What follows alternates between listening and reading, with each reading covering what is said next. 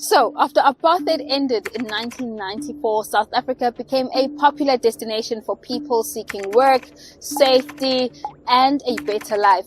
Many migrants arrived from neighboring countries facing economic hardship, conflict, or political instability. At the same time, South Africa was grappling with its own challenges. Unemployment remained high, many communities lacked access to quality public services, and the gap between rich and poor stayed wide. Although apartheid ended, much of the country's wealth and land remained concentrated in the hands of a small minority, leaving many South Africans feeling left out. Over the years, some South Africans have blamed foreign nationals for taking jobs, increasing competition for opportunities, and placing pressure on public services. These frustrations have at times erupted into xenophobic violence, including the deadly attacks that spread across the country in 2008.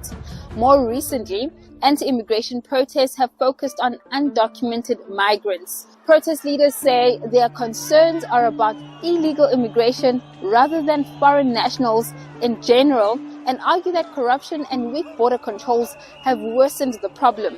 Since the protests began, authorities have arrested undocumented migrants, while thousands more have been processed for repatriation.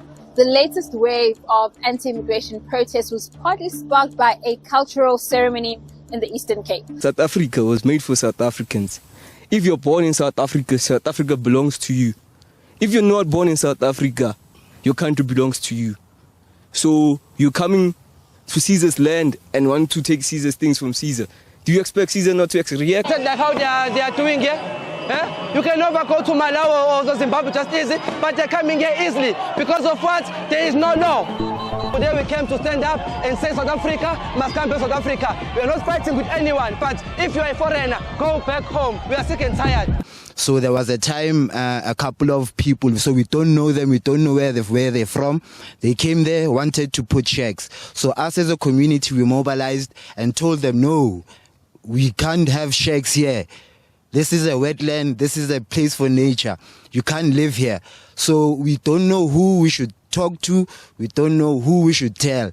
So I think the problem here lies with the authorities. Like water, like in our community, like we don't have water for weeks, you know. So the government is not on our side, basically. And we feel like these immigrants are the reason why the government is not listening to us. You know, and they were telling us that we are going to fight you until you live here. And even your houses, we are going to break your houses until you live here. So to say the truth, we were in fear. Giving us an ultimatum, even on social media, even those that are seeing what was happening today, they were like, oh, but 30th June we shall see blood will be shed, blood will be shed. You can see my fellow brother here. He was shot with a rubber bullet. And there is a guy I took to the hospital. That one was shot with a really bullet. I'm saying a really bullet, why? The wound is huge. We left our countries because of the war. Our parents were killed where we came from. Where are we going? We don't have anything out there. Where they claim that we should go and fix our countries. What we gonna go fix there? Because we've been here all our lives. Past 25 years in this country. Trying to survive, trying to raise our children. Also teaches us that there are some other things that we also have to strengthen. We have to make sure that we strengthen our border processes. We have to ensure that there are systems we bring in new technology that can assist us also to be able to let you know that, you know what, you've been here, you've been allowed 30 days, you are now on day number 18 or on day number 90. The future. Many refugees blame these people for forcing them out. They are part of a movement called March and March. Just months ago, hardly anyone had heard of it. Now its demonstrations are drawing hundreds of people across South Africa. Almost everyone tells the same story.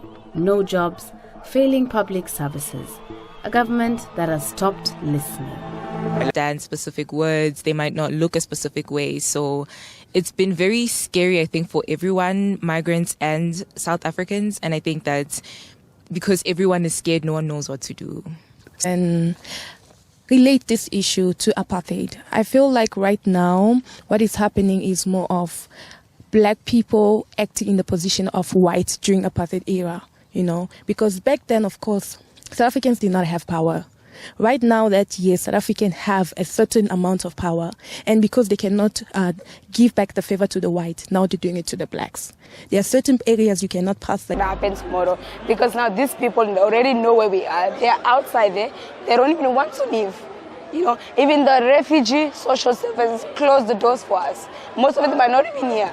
We're not even allowed to go to use the toilet or anything as such, because they feel that we are looking for this for our own needs, when in reality, it's the insecurities that we have. We only need protection and security from those people that we are under them. Simple as that.